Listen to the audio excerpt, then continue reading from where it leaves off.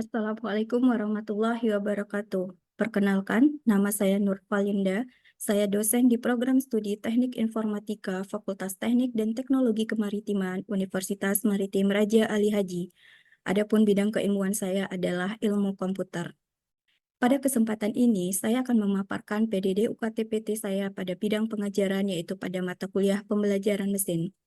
Pembelajaran mesin merupakan mata kuliah wajib di semester 6 di program studi Teknik Informatika Universitas Maritim Raja Ali Haji.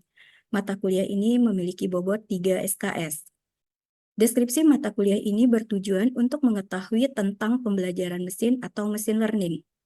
Pembelajaran mesin adalah salah satu ilmu dalam kecerdasan buatan. Mata kuliah ini membahas tentang algoritma dan teknik yang memungkinkan komputer belajar dari data dan pengalaman. Mata kuliah ini mencakup konsep-konsep dasar pembelajaran mesin, supervised learning, dan unsupervised learning. Perkuliahan pada mata kuliah pembelajaran mesin dilakukan secara luring di kelas. Pada mata kuliah yang saya ajarkan menggunakan metode DIA, yaitu Delivery Interaction Assessment. Aspek pertama, delivery. Delivery adalah suatu proses tentang penyampaian materi pembelajaran yang baik dan menarik agar mahasiswa dapat mengerti dengan materi yang disampaikan. Materi yang saya sampaikan mengacu pada capaian pembelajaran. Capaian pembelajaran mata kuliah pembelajaran mesin yaitu 1. Memahami konsep dan proses pembelajaran mesin. 2. Mampu memecahkan masalah analitis dengan memberikan solusi pembelajaran mesin. 3. Mampu bekerja sama dalam tim dalam penyelesaian masalah dengan menggunakan keilmuan pembelajaran mesin. 4. Mampu mengembangkan solusi implementasi informatika dengan berupa sistem perangkat lunak. Dan sub capaian pembelajaran mata kuliah terdiri dari 1. Mahasiswa mampu memahami konsep pembelajaran mesin. 2. Mahasiswa mampu memahami distribusi probabilistik. 3. Mahasiswa mampu menjelaskan tentang regresi. 4. Mahasiswa mampu menjelaskan tentang klasifikasi. 5. Mahasiswa mampu memahami metode FIND-S. 6. Mahasiswa mampu menerapkan metode K-nearest network. 7. Mahasiswa mampu memahami metode naive Bayes. 8. Mahasiswa mampu menerapkan metode neural network. 9. Mahasiswa mampu menerapkan metode Cummins. Dan ke-10, mahasiswa mampu menerapkan aplikasi metode pembelajaran mesin. Adapun sumber belajar dari mata kuliah ini adalah menggunakan buku-buku referensi dan jurnal yang berkaitan dengan topik pembelajaran mesin. Materi pembelajaran pada mata kuliah pembelajaran mesin terdiri dari 1. Konsep pembelajaran mesin. 2. Distribusi probabilistik. 3. Regresi. 4. Klasifikasi. 5. Metode FIND-S. 6. Metode K-nearest network. 7. Metode naive Bayes. 8. Metode neural network. 9. Metode Cummins. 10. Dokumen dan implementasi metode pembelajaran mesin. Aspek kedua yaitu interaction. Interaksi yang terjalin antara mahasiswa dan dosen guna mencapai capaian pembelajaran di kelas dengan sistem interaksi Student Learning Center dengan pendekatan konseptual melalui metode case method untuk materi yang saya videokan ini. Sistem student learning terdiri dari 3, yaitu memaparkan materi dalam kelas oleh dosen dengan mengisipkan pertanyaan kepada mahasiswa dan meminta pendapat mahasiswa. Membentuk grup diskusi, yaitu metode ini melibatkan antara sesama anggota kelompok mahasiswa atau kelompok mahasiswa dengan dosen, dan pembagian tugas belajar kepada mahasiswa. Aspek ketiga, yaitu assessment. Pada aspek asesmen merupakan proses penilaian mahasiswa di mana penilaian dari mata kuliah ini terdiri dari 1. Project based learning dengan bobot 35%, 2. Case method dengan bobot 15%, dan ketiga evaluasi penilaian yang terdiri dari penilaian tugas 20%, UTS 15%, dan UAS 15%. Demikianlah pemaparan 3 aspek yang saya paparkan dalam proses pembelajaran yang saya lakukan yang terdiri dari aspek delivery, aspek interaction, dan aspek assessment. Berikut video pembelajaran mata kuliah pembelajaran mesin pada pertemuan ke-6 dengan pokok pembahasan K-nearest network yang dilakukan secara luring.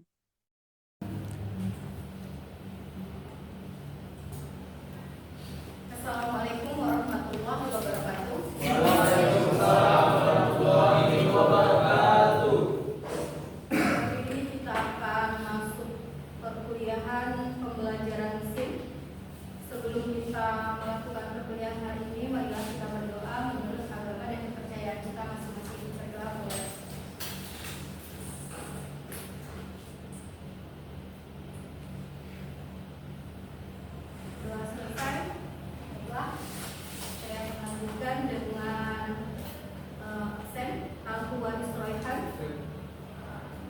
Rizka Sendi Kurniati,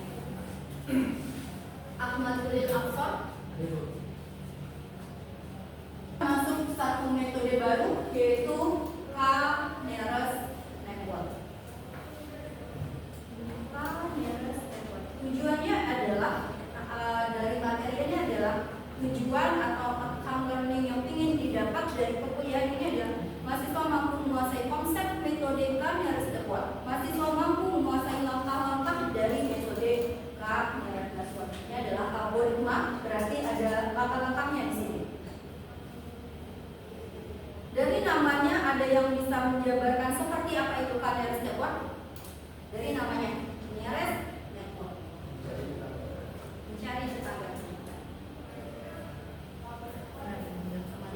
Mencari tetangga terdekat, tetapi ada nilai K di depannya. Itulah letak K-nearest network. Ini adalah deskripsinya.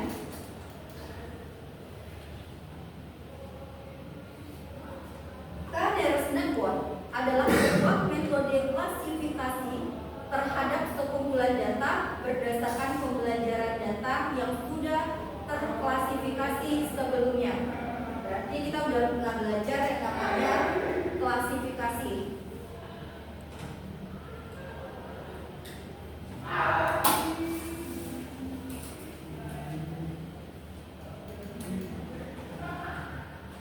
Coba di handphonenya masing-masing masuk ke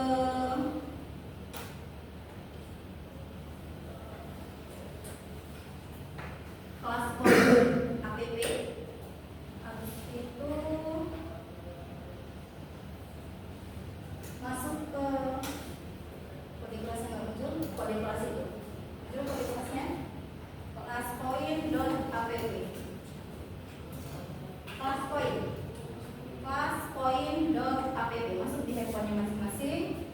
Ada kode kelas yang diminta, masukin kode kelasnya. Tadi apa? Klasifikasi?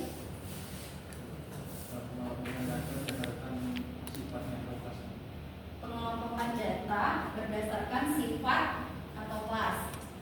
Pengelompokan data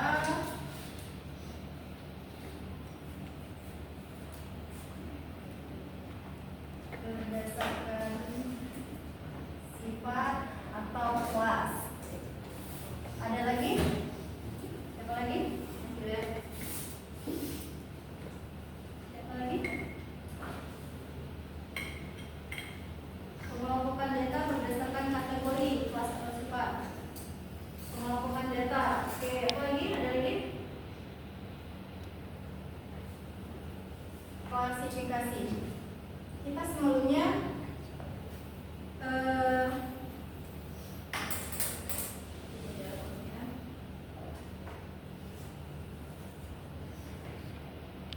termasuk KNN adalah metode klasifikasi terhadap sekumpulan data berdasarkan pembelajaran data yang sudah ada terklasifikasi sebelumnya. Kelasnya sudah kita ketahui, sudah terklasifikasi sebelumnya. Kelasnya sudah kita ketahui? Belum. Maksudnya kayak apa contoh kasus satu buah kasus yang pernah diangkat punya setelah Al-Waris kemarin proyeknya bahas apa? Beasiswa. Penerima beasiswa atau layak atau tidak menerima beasiswa? Layak atau tidak layak menerima beasiswa. Layak atau tidak layak ini sudah pasti kelasnya hanya ada dua ini. Ada nggak kelas lagi? Sudah pasti. Oh, itulah yang dinamakan dengan klasifikasi. Kan ini sudah pasti. Tidak ada kelas lagi kan, atau kita buat dia 5 jadi 5 kelas. Kalau ini kan kelasnya cuma 2. Kita buat lagi jadi 5 kelas, apa mungkin? Tidak kan? Inilah klasifikasi. Termasuk dalam supervised learning, di mana hasil kategori instan yang baru diklasifikasikan berdasarkan mayoritas kedekatan jarak dari kategori yang ada dalam KNN. Kita sudah belajar yang ada supervised dan ada unsupervised. Supervised apa? Jawab. Pembelajaran terarah. Di situ ada lagi supervised. Klasifikasi termasuk pembelajaran yang termasuk dalam supervise. Ada lagi?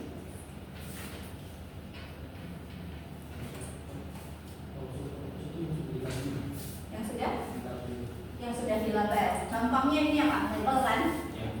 Apa layak atau tidak? Ini outputnya, inputannya apa? Dari kasusnya kemarin. Ada labelnya? Misalnya apa? Kalau inputannya apa? Angkatan, pekerjaan, orang tua, penghasilan.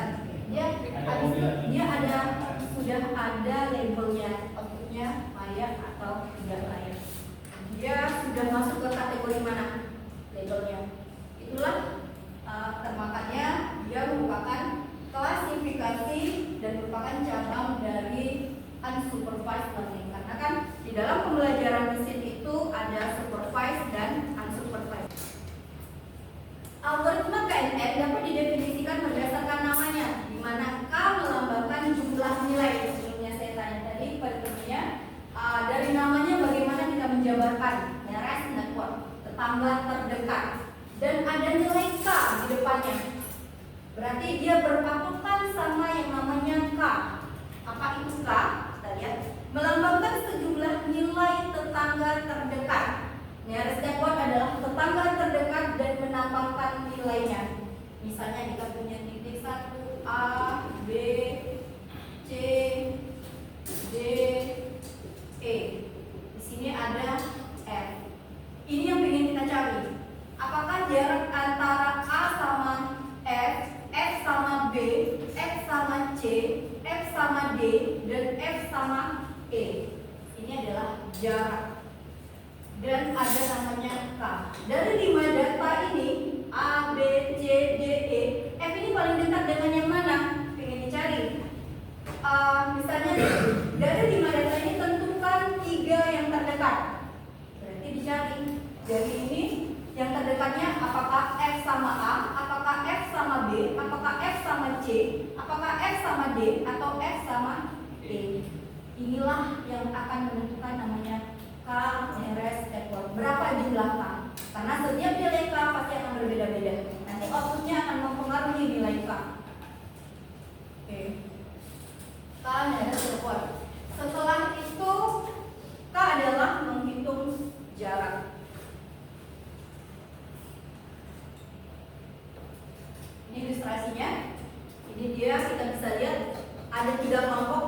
Kelompok yang berwarna merah, kelompok yang berwarna kuning, dan kelompok yang berwarna hijau dilambangkan dengan bintang.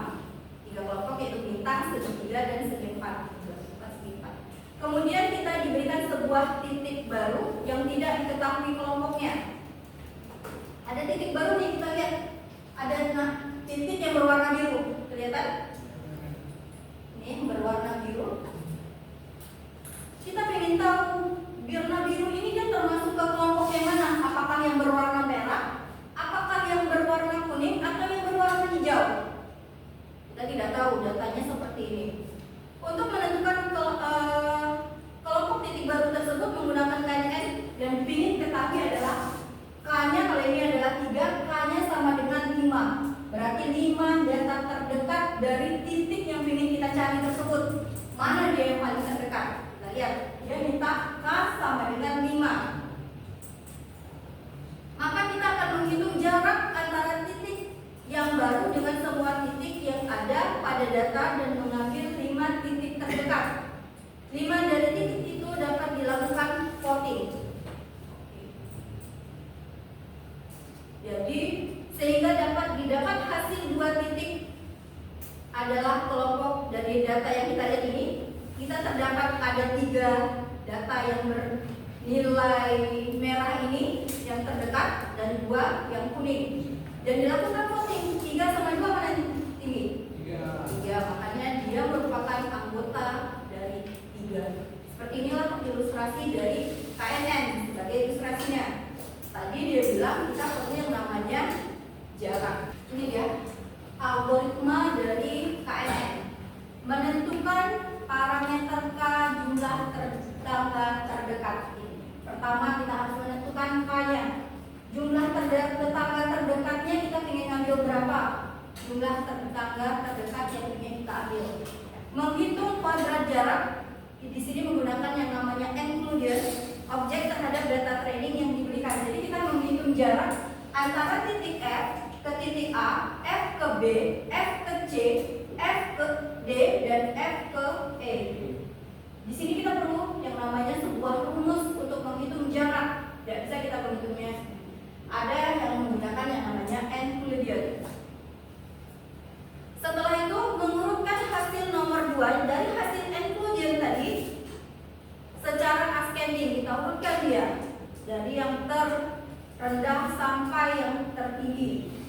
Mengumpulkan kategori Y, klasifikasi nearest neighbor berdasarkan nilai K-nya. Tadi kan kita lihat dari ilustrasi tadi ada yang berwarna merah, ada yang berwarna kuning, dan ada yang berwarna hijau. Kita kumpulkan mana dari nilai K yang telah ditentukan tadi, mana yang lebih banyak. Yang dengan menggunakan kategori nearest neighbor yang paling mayoritas, maka yang diperoleh kategori objeknya. Tadi kan segi 4 sama segi 3. Yang menang tadi segi 4-nya ada 3, segi 3-nya ada 2. Yang menang adalah yang lebih banyak. Ini dia rumus dari inclusion untuk menentukan jarak antara satu titik ke titik lain. Kalau ini adalah titik P dan titik Q. Berarti nilai dari atribut P1 dikurang dengan atribut dari Q1 dikuadratkan ditambah dengan sampai seterusnya atributnya misalnya ada 10, berarti sampai 10 dan akar dari P1 dikurang Q1 dikuadratkan ditambah sampai sebanyak jumlah data dari atribut tersebut. Ini kasus di sini. Contoh kasus ini ada berapa data trainingnya di sini? Nah, data testingnya yang mana?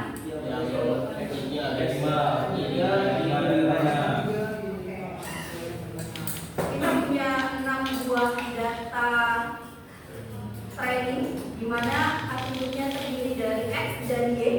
Outputnya ada bad and good. Ya, data pertama X sama dengan 7, Y sama dengan 6, dan dia kategorinya bad sampai seterusnya. Kita ingin mengetahui kalau X-nya sama dengan 3 dan Y-nya sama dengan 5, apakah dia termasuk bad or good? Tadi langkah pertama apa tadi? Langkah pertama apa?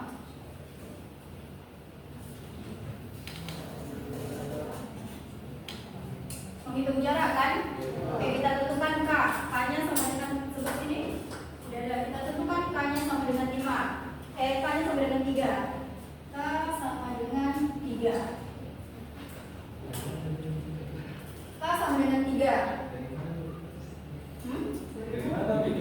Kita ingin menentukan. Kita ingin mencari K-nya itu jumlah tetangga terdekatnya itu berapa. Kita menentukan K sama dengan 3. Dan lebih bagus dia ganjil, karena nanti kan kalau genap kemungkinan bisa sama hasilnya. Lebih bagus tidak pastinya juga. Oke, K sama dengan 3. Yang terbanyak adalah hasilnya. Berarti inilah outputnya.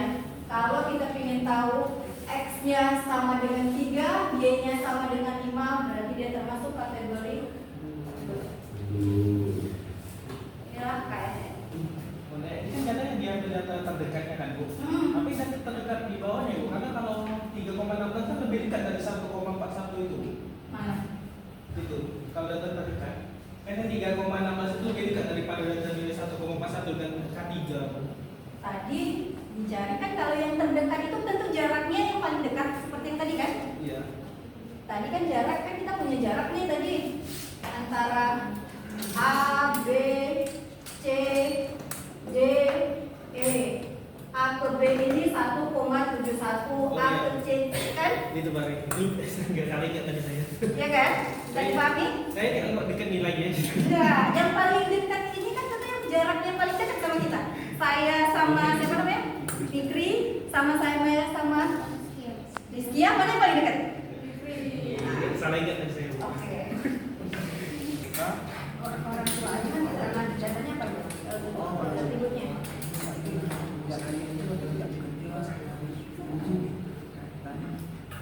Oke, dikategorikan.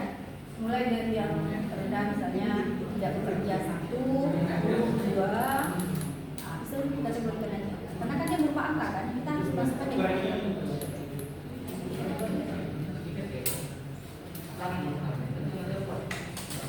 sih juga kalau nggak oke,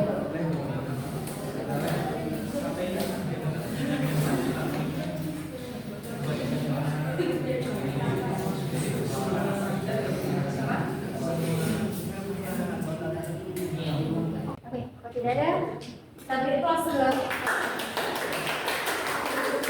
Pasti tanya juga ada.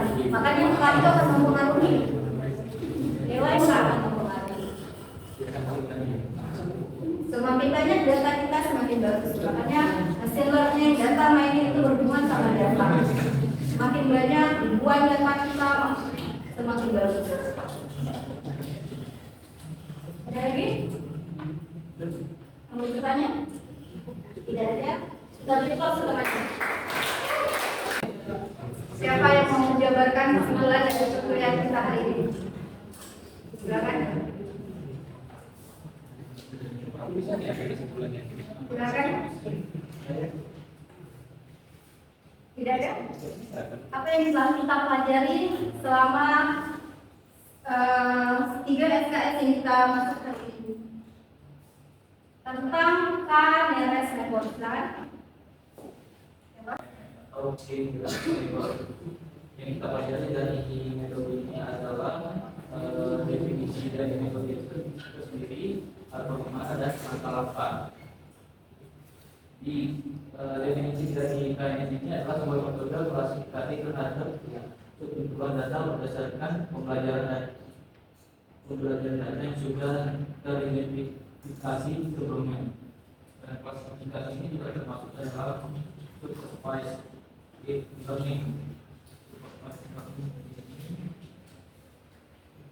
Adalah data yang diidentifikasi ini.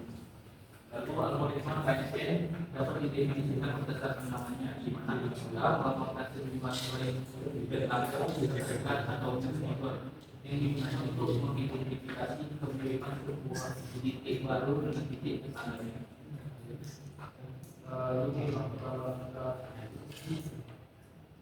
Lalu langkah-langkah yang digunakan untuk menyelesaikan KNN ini adalah yang pertama itu menentukan parameter atau dua data dekat. Yang kedua membuat data derajat euclidean objek terhadap data training yang diberikan. Yang ketiga merumuskan fungsi yang membuat secara ascending. Yang keempat menentukan kategori Y atau klasifikasi Nielsen Neighbor berdasarkan nilai K. Dan yang terakhir dengan menggunakan kategori Nielsen Neighbor yang paling mayoritas maka dapat dijadikan kategori. Kita sudah belajar dari K-nearest network. Nearest network sesuai namanya tetangga terdekat dengan menggunakan nilai K. Berapa jumlah yang ingin kita ketahui. Dan dia merupakan sebuah metode pembelajaran super atau supervised. Dia termasuk dalam kategori apa? Klasifikasi, regresi, klasifikasi. Oke, dia termasuk dalam klasifikasi. Sampai sini ada pertanyaan? Tidak ada. Nanti akan ada tugas, nanti akan saya upload di Google Classroom. Silakan lihat tugas kasusnya. Jika tidak ada pertanyaan, saya akhiri perkuliahan hari ini dengan wabillahi taufiq wal hidayah. Wassalamualaikum warahmatullahi wabarakatuh. Waalaikumsalam warahmatullahi wabarakatuh. Terima kasih.